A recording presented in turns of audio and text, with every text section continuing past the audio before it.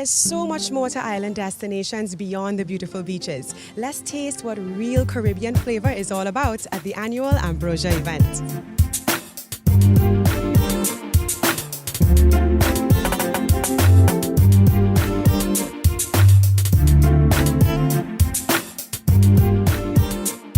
All right, this is what it's all about, the Bajan face, the Bajan flavor, and the Bajan taste of the Barbados Food, Wine and Rum Festival. With me is Omar Robinson, Chef Omar Robinson.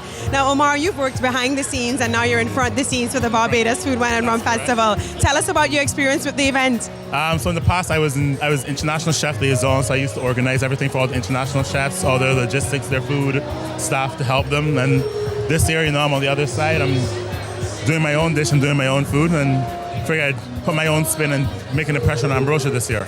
Putting your spin on things.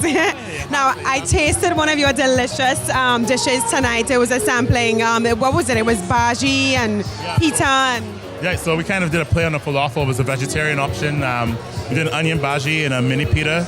And then we served it with a tamarind sauce and cilantro pesto and fresh parsley. And everything we made scratch. We tried to get everything locally, make everything local, source everything locally, and just do something different, because that's something that we believe in. Yeah. What do you think gives any dish that special Bajan flavor, that Bajan spice? Oh, anything that's not Bajan spice. Oh, we got a couple. One of my favorites, the tamarind that I used in the same onion bhaji for me. I really love that. Broadleaf thyme is another big favorite of mine.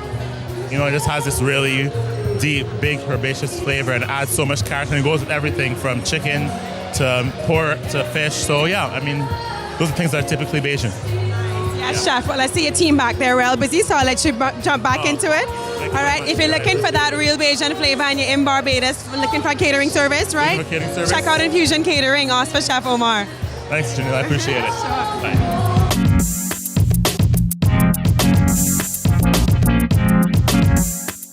I'm here with Chef Ed Gein. He comes all the way from the UK for his first trip to Barbados just to bless our table here at the Food, Wine and Rum Festival. Thanks for joining us, Chef. Thank you. It's an honor. Oh my gosh. No, what's an honor is that concoction of spiced kingfish, spinach, and sweet potato lou with crisp onions that I just sampled from your table. I love it. You knew what the dish was. Yeah. It's been misspelled up there. Potato lou. And everyone's like, what's potato lou? And you're like, no, it's aloo. Right. But anyway, you knew that. Yeah. Okay. It's a great dish. And you know what? When I was asked to do this, I said I want to keep it real. I want to use all local ingredients. Mm-hmm. I don't want to use anything imported. So I thought up about this dish, and I thought, okay, I'm going to have fresh coconuts. I'm going to have Scotch bonnet. I'm going to have shrimps. I'm going to have we got kingfish, we got tuna. So we got a bit of both. And then spinach from the farm, and of course sweet potatoes. So we put this all together, this great dish together, and everyone's going mad for it, actually. Yeah. You have to climb through the crowd just to get to you. But all for good reason. It's become a Bajan classic now. People are going to the restaurants and say, I want that sweet potato lou thing. Well, from Trinidad, we have callaloo. Okay. Which is a callaloo bush that we boil down in a soup. So when I saw loo, I was like, is it a potato soup like callaloo? Well, no, What's potato loo? But it's the aloo. It's the spin on the Indian in India, recipe. There's a classic dish called sag aloo. Yep. And sag being spinach and aloo being potatoes. So it's spinach fried with potatoes. And this is a kind of Bajan evolution of that dish that involves whipped eggs, a little bit of cream cheese, some parmesan, some oil, and you bake it in the oven, really, and you get these little cubes.